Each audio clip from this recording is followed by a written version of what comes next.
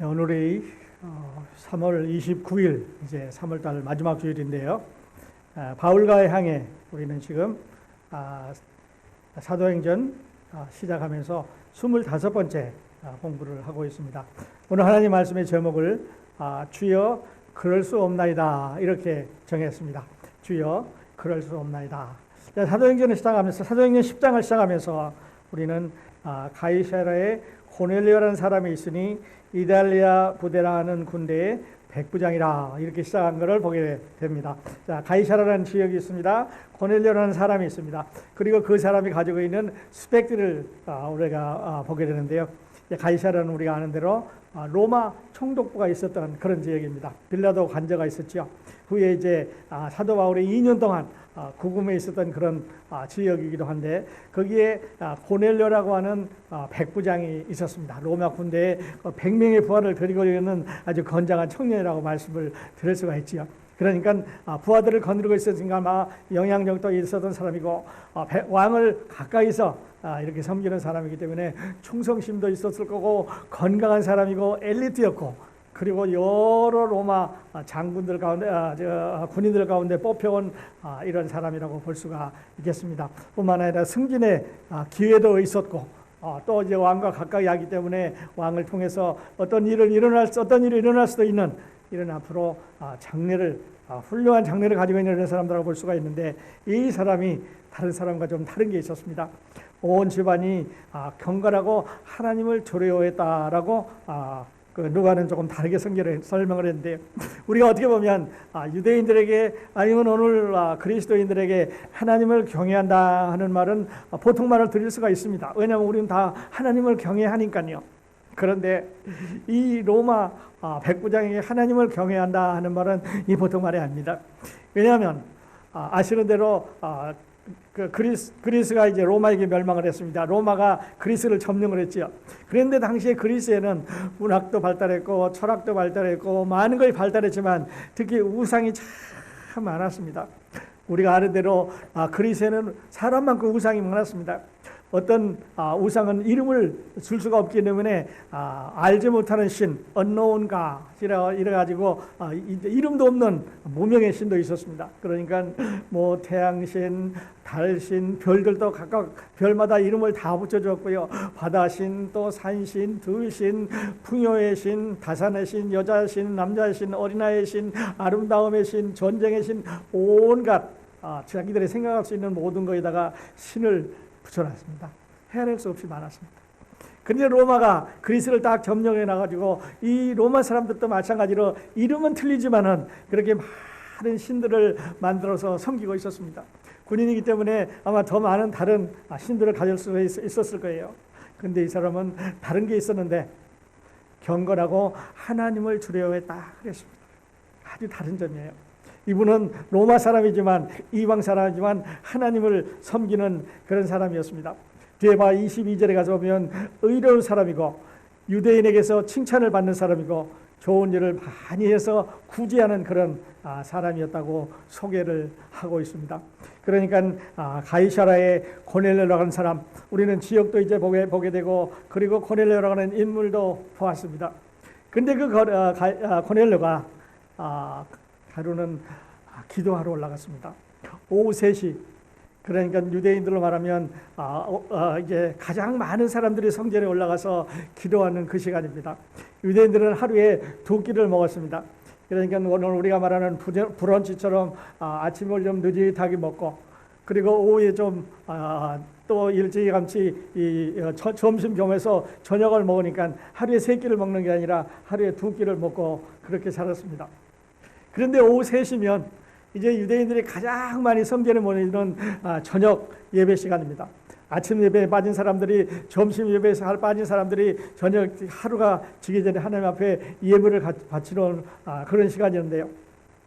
이 고넬료는 조용히 가족들을 집안에 모여놓고 기도를 했습니다. 어떤 기도를 했을까요? 누가는 이 기도 내용은 우리에게 소개를 하고 있지 않습니다. 그러나 우리가 이 기도의 모습을 통해서 한번 생각해 볼 수 있는 것은 고넬료는 외식하는 이스라엘의 지도자처럼 이렇게 큰 소리로 길거리에 나가서 기도하지 않았을 거라는 생각을 해보게 그러게 됩니다. 당시 유대인의 지도자들 바리새인들은요, 또 서기관들은 기도할 때 어떻게 했습니까? 길거리에 나가서 광장에 서서 기도를 했습니다. 큰 소리로 기도를 했습니다. 사람들이 그냥 지나가는 사람 다 듣기 기도를 했습니다. 어떻게 보면은요, 귀먹은 하나님한테 외치는 것 같아요. 하나님 골방에 들어가서 조용히 기도해도 다 들으시는데, 그냥 보청기가 필요한 하나님처럼 그냥 큰 소리로 기도를 합니다.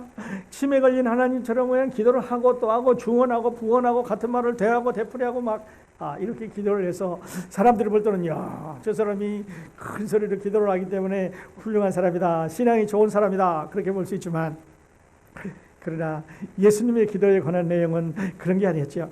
너희는 기도할 때 골방에 들어가서 문을 닫고 은밀한 중에 보이시는 내 하나님께, 내 아버지께 기도하라 라고 말씀을 해 주셨습니다.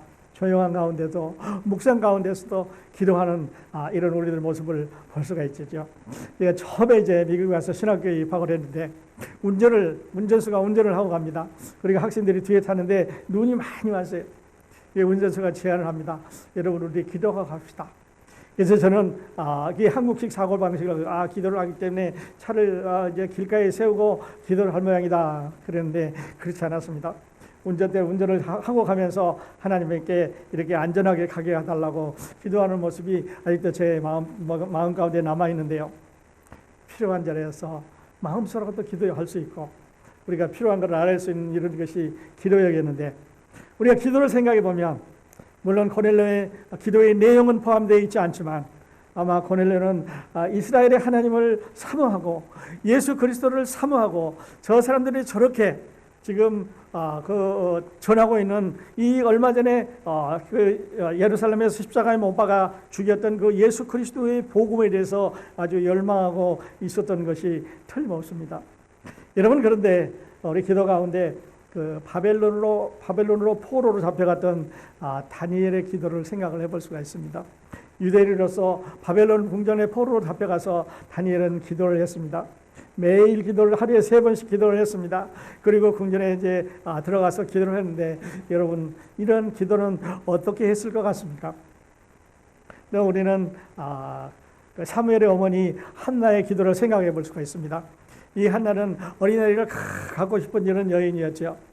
그래서 한나는 하나님 앞에 이 어린아이를 달라고 기도를 합니다. 그런데 하루는 대낮에 가서 기도를 하면서 입술이 이렇게 움직이는 것을 제사장이 봤습니다. 보고 나서 나무랬습니다. 대낮에 술을 먹고 와서 여기 이제 성전에 들어왔느냐, 와서 술 취한 줄 알았습니다. 한나가 대답했죠.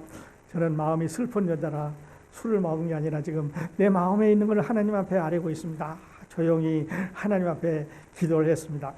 또 이제 우리는 느헤미야의 기도를 생각을 해볼 수가 있습니다. 페르시아 제국의 관리, 유대인이지만 성공한 사람이죠. 그래서 페르시아 궁전에 나가서 왕을 모시면서 매일 자기네 나라 고국 이스라엘에 대해서 기도를 합니다.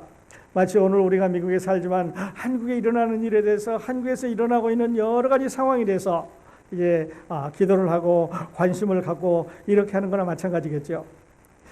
느헤미야는 성벽이 재건이 되고 있지 않은 것에 대해서 너무 슬펐습니다. 그래서 매일 기도를 했습니다. 금식을 하면서 기도를 하고 밤에는 눈물을 흘리면서 기도를 했습니다. 왕의 눈에 띄었습니다. 왕이 물어봤습니다. 너는 왜 요즘 이렇게 수척하냐? 그래서 이야기를 합니다. 우리나라가 지금 이렇게 어려운 가운데 있는데 제가 어찌 기도를 안 할 수가 있겠습니까? 그래서 왕이 드디어 특별히 휴가를 내줬습니다. 그래, 너희 나라 가서 네가 하고 싶은 일을 해라. 느헤미야의 기도를 우리가 생각을 해봅니다. 그러면 오늘 우리가 처해 있는 우리 이 시대에 우리의 기도는 어떤 것일까? 또 우리의 기도의 내용은 어떨 것인가 하는 것을 생각을 해봅니다. 이 우한 코로나가 아주 창궐합니다. 각 나라마다 다 야단입니다. 사람들이 이제 밖에 나가지 못하게 하고 병원에 가게 하고, 그 다음에 직장에 안 나가기 때문에 경제적으로 어렵고 음식이 모자라고 내일이 어떻게 될지 모르고 많은 근심도 있고 걱정도 있고 두려움도 있고. 사랑하는 성도 여러분, 여러분은 이 시대를 맞아서 이 코로나 이런 것 때문에 고통하는 사람들을 위해서 어떤 기도를 하시겠습니까? 광장에 나가서 우리가 소리를 지르지 않는다고 하더라도 여러분 집에서 아침에 일어나셔서 여러분 저녁에 주무시기 전에 아니면 식사하실 때만 모여서 우리 함께 기도해야 되지 않을까요? 우리 서로를 위해서 기도하십시다. 우리 나라를 위해서 기도하십시다. 우리 교회를 위해서, 교우들을 위해서 우리 기도했으면 좋겠습니다. 고넬료는 이렇게 기도하는 사람이었습니다. 우리 모든 크로스보이 성도인 여러분들도 이렇게 기도하는 사람이 되었으면 좋겠습니다. 자, 그날 제9시 오후 3시 기도하는 시간에 고넬료는 아주 특별한, 전과 다르게 아주 특별한 하나님이 보내신 천사를 봤습니다. 천사가 고넬료의 이름을 부릅니다. 고넬료야, 내 기도가 하나님 앞에 상달이 되었느니라. 고넬료의 이름을 불렀습니다. 하나님께서 이방인 고넬료의 기도를 들으셨다고 하는 것은 참으로 놀라운 사건이 아닐 수가 없습니다. 그 당시에 이스라엘에는 복음이 폭발적으로 증가해서 이제 박해를 가하기 때문에 사도들이, 성도들이 다 흩어졌습니다. 여기저기 다 흩어졌습니다.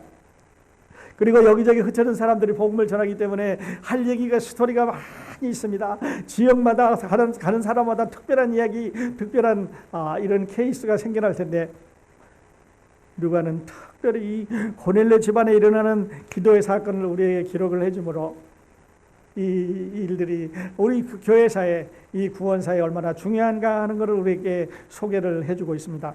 하나님께서 그 많은 성도들의 기도 가운데서 이방인 고넬료의 필요를 아셨습니다. 고넬료의 기도를 들으셨습니다. 근데 여기서 우리가 질문해 볼 것은, 그렇다면 그 많은 로마 신들 가운데서, 그 많은 우상들 가운데서 천사가 나타나서 얘기했을 때 고넬료는 어떻게 이 천사가 하나님의 천사이시기를 알았을까 하는 거죠. 물론 이 천사가 고넬료의 이름을 불렀기 때문에 하나님의 천사라고 하겠다는 짐작을 해볼 수가 있겠습니다만은 어떻게 그렇게 쉽게 알았을까 하는 거죠. 그리고 천사가 말합니다. 사람을 보내서 저 요바의 피쟁이 시몬의 집에 가면 베드로가 있는데 그 사람을 데리고 와서 그 사람이 하는 메시지를 너희가 들어라. 그렇게 말합니다. 두 번째 거죠. 그때 고넬료는 자기 그 가족 중에 두 사람하고 건장한 군인 한 사람을 보디가드로 해서 그 베드로를 데리고 보냈습니다. 여기서도 우리가 한번 생각해 볼 수 있는 거예요. 자, 하나님의 천사를 알아본 것도 고넬료에게는 축복이지만은, 그러나 그 천사가 하는 말을 듣고 즉시 베드로를 그 사람들에게 데리러 보낸 것도 고넬료에게는 축복입니다. 우리는 여기서 또 한번 생각을 해보면 나중에 한 번 더 말씀드리겠습니다만은, 믿음은 들음에서 난다. 들음은 그리스도의 말씀으로부터 온다. 뿐만 아니라 행함이 없는 믿음은 죽은 믿음이라는 것을 생각을 해봅니다. 자, 고넬료가 하나님의 천사의 메시지를 받았습니다. 그리고 거기서 스탑했습니다. 아니면 고넬료가 하나님의 천사의 메시지를 들었습니다. 그리고 이거는 어디서 왔는지 의문을 품기 시작하고 궁금해하고 도저히 사람을 보낼 수 없다고 생각했다면, 오늘 이후에 우리들의 이 구원사의 문제는 아마 거기서 멈췄을지도 모릅니다. 그러나 고넬료는요, 하나님의 메시지를, 하나님의 말씀을 들었을 뿐만 아니라 즉시 행동에 옮겼습니다. 가서 데리고 오라. 고넬료가 축복받은 그런 그 원인이 되겠지요. 행함이 없는 믿음은 죽은 믿음이라고 했습니다. 바로 그 시간입니다. 그 사람들이 이제 이틀에 고넬료가 그 사람들을 보내서, 세 사람을 보내서 베드로의 문 앞에 도착을 했습니다. 오늘날처럼 뭐 GPS가 있는 것도 아니고요, 지도가 잘 발달되는 것도 아니고요, 어떻게 해서 찾아갈 수가 있는 것도 아닌데, 그냥 바닷가 피장이 집에 가서 베드로라는 그 사람을 데려오라. 너무 애매한 이런 인포메이션을 갖고 출발했지만 어디서 찾고 찾아서 이제 피장이 시몬의 집에 도착을 했습니다. 아마 오후쯤 됐을 것 같아요. 근데 그날 난 12시 제6시의 기도 시간에, 하루에 2번 먹던 시절이니까 아침 브런치 하고 나서 이제 저녁 시간을 기다리는데 너무 배가 고팠어요. 그래서 오늘 본문의 말씀을 보니까 시장기가 돌았습니다. 배가 고팠습니다. 그래서 집안 사람이 음식을 준비하는 동안에 시간이 걸리니까 베드로가 옥상에 올라갔습니다. 옥상에 올라가 보니까 참 멋이 있었습니다. 왜냐하면 바다가 쫙 멀리 보입니다. 그리고 수평선이 보이고 아마 새들이 날아가고 어쩌면 배들이 지나갔을지도 모릅니다. 아름다운 풍경을 보면서 베드로는 거기서 기도를 했습니다. 그런데 기도를 하고 있는 동안에 비몽사몽간에 하늘이 열리더니 큰 보자기 같은 게 하늘에서 내려왔다 그랬습니다. 네 귀퉁이가 땅에 들여졌고 그 보자기에는 각종 네 발 가진 짐승이 가득 차 있었습니다. 아마 우리가 상상해 보면 큰 짐승도 있을 거고 작은 짐승도 있을 거고 뭐 여러 가지 모양의 네 발 가진 짐승이 그 안에 있었습니다. 그리고 소리가 납니다. 베드로야 일어나 잡아먹으라. 베드로가 대답합니다. 주여 그럴 수 없나이다. 두 번째 또 일어나 또 말하라 합니다. 베드로야 잡아먹어라. 주여 결코 그럴 수 없느니라. 이런 일이 세 번이나 반복이 됩니다. 그 환상 중에 잡아먹으라는 소리가 있는가 하면은 베드로는 그렇게 할 수 없다고 그렇게 말합니다. 지금 비몽사몽 황홀한 중에 있었다고 성경은 우리가 말씀을 하고 있는데요. 베드로가 이르되 주여 그럴 수 없나이다. 속되고 깨끗하지 아니한 것을 내가 결코 먹지 아니하나이다 한데 또 두 번째 소리가 있으되 하나님께서 깨끗하게 하시는 것을 네가 속되다 하지 말라 하더라. 이런 일이 세 번 있은 후 그 그릇이 곧 하늘로 올려져 가니라. 그리고 나서는 세 번 하고 나서 하늘로 올라갔습니다. 시작도 그랬고 끝도 그랬고 하늘에서 내려와서 하늘로 다시 올라갔습니다. 그런데요, 여기서 우리가 생각해 볼 생각은 왜 베드로에게 세 번 이런 일이 있었을까라는 거죠. 성경은 우리에게 이렇게 질문을 통해서 축복을 주게 되는데요. 이 3이라고 하는 이 숫자는 베드로에게는 참 익숙한 숫자입니다.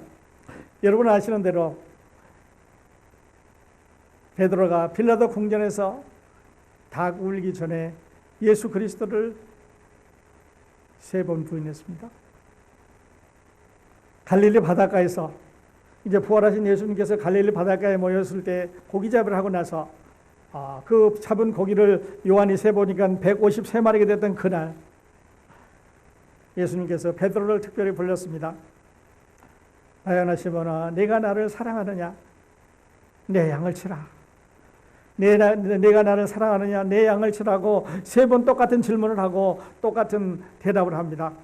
나중에 베드로는 주여 내가 주를 사랑한 줄을 주께서 아시나이다 라고 이야기를 함으로써 세 번 그렇게 했습니다.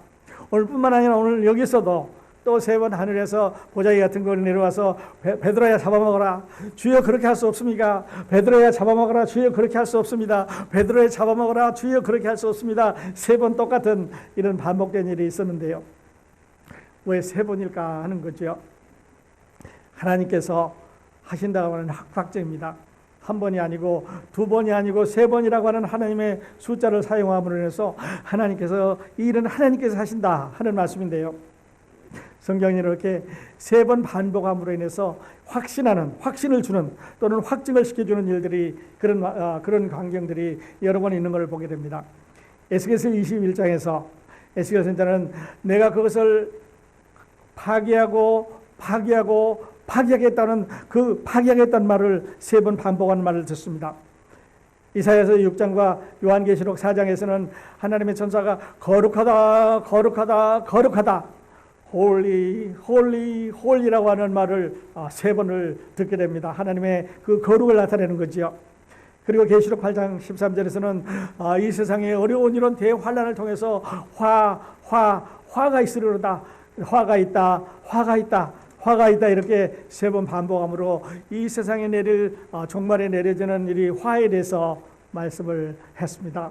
그러니까 베드로가 세 번 똑같은 일을 반복했다고 하는 것은 우리에게 이상한 일이 아닙니다. 그리고 나서 베드로가 이제 궁금해합니다. 야, 이게 무슨 꿈일까? 그 짐승을 잡아먹으라니 어떻게 이걸 내가 잡아먹을 수가 있을까? 깨끗하지 않은 부정한 짐승을 먹으면 이걸 만지기만 해도 이제 부정하게 되는데 유대인에게 금지된 음식들이 이 짐승들이 있는데 왜 이걸 먹으라 그랬을까라고 궁금해하면서 옥상에 들어오는 바로 그 순간에 고넬료가 보낸 사람들이 문간에 도착을 했습니다. 여기에 고넬료가 있습니까? 아주 정확한 타이밍이죠. 기가 막힌 현상입니다. 유대인들이 집 앞에 딱 도착할 시간하고 베드로가 환상을 보고 내려오는 시간이 딱 맞았습니다.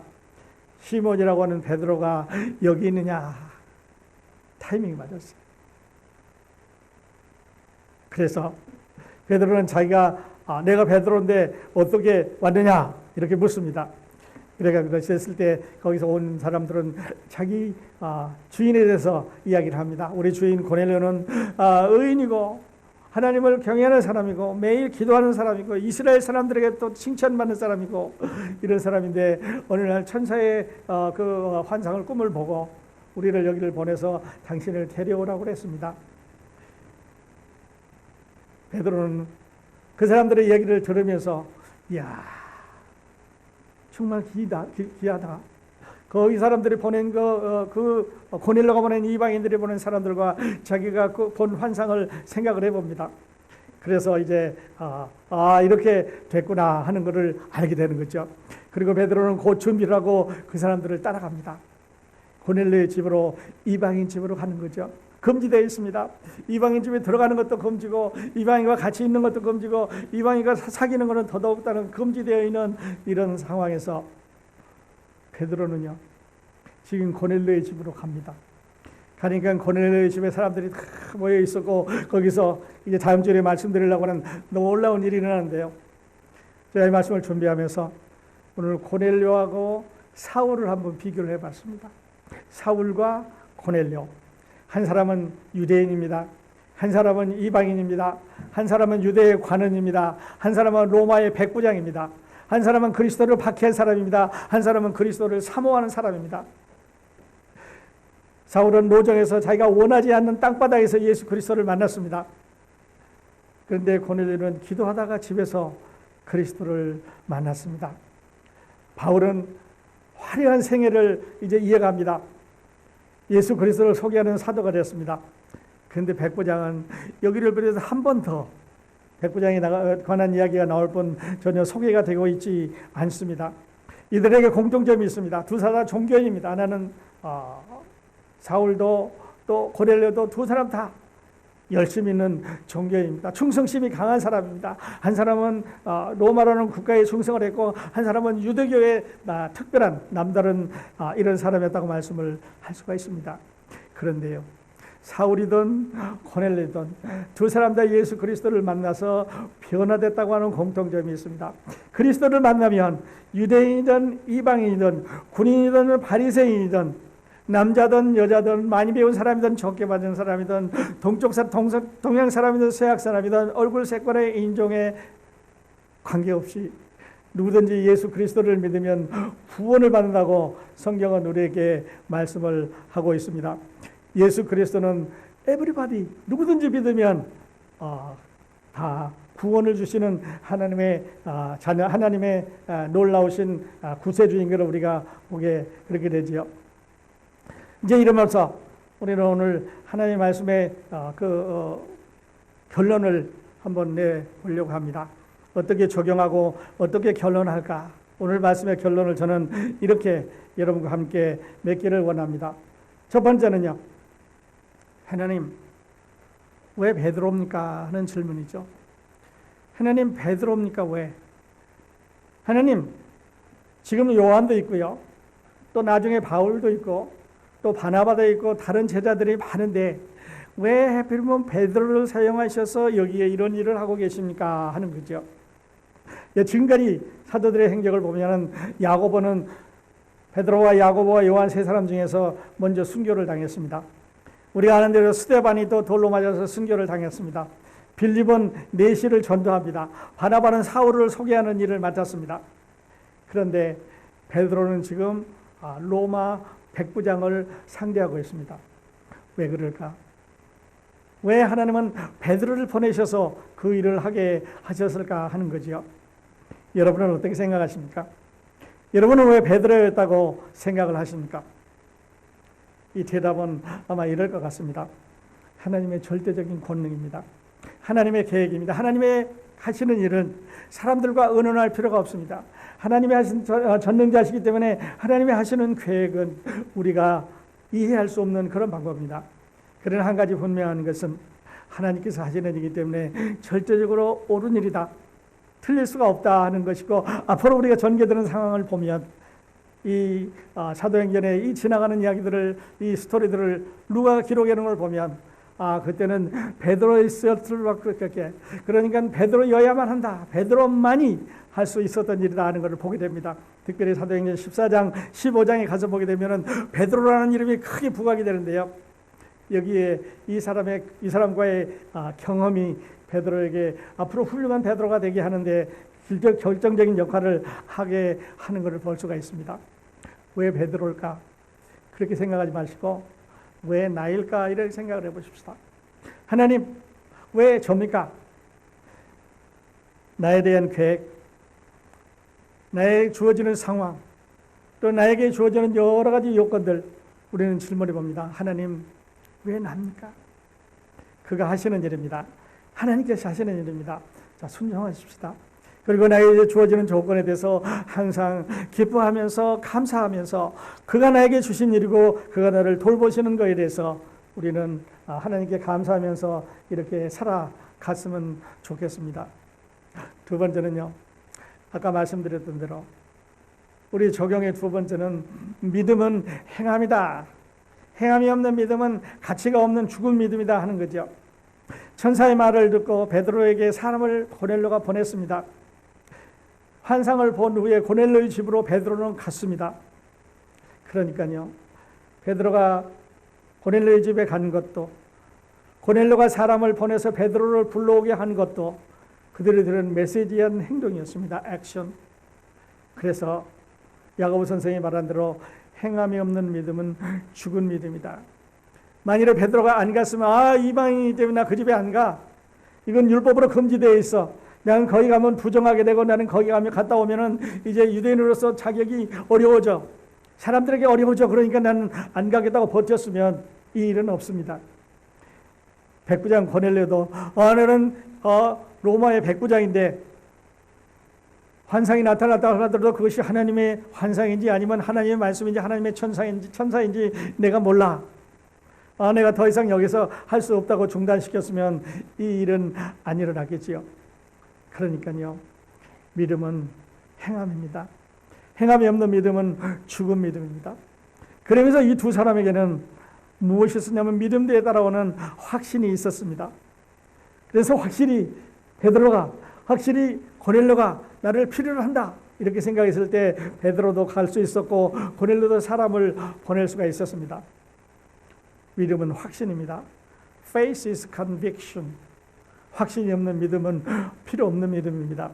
여러분, 예수 그리스도가 우리 죄를 져서 십자가에 돌아가신 것을 믿으십니까? 여러분이 영원한 생명을 가지고 계시다는 것을 믿으십니까? 믿음은 확신입니다.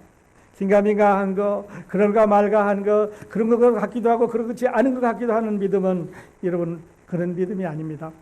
오늘 예수 그리스도, 이 하나님의 아들이 우리 죄를 위해서 십자가에 돌아가는 것을 확실히 믿으시면 그 다음 거는 다 버리셔도 됩니다. 한 번 더 강조합니다. 믿음은 확신입니다. Faith is conviction. 확신이 없는 믿음은 가치가 없습니다. 행함 없는 믿음이 죽은 믿음인 거나 마찬가지죠.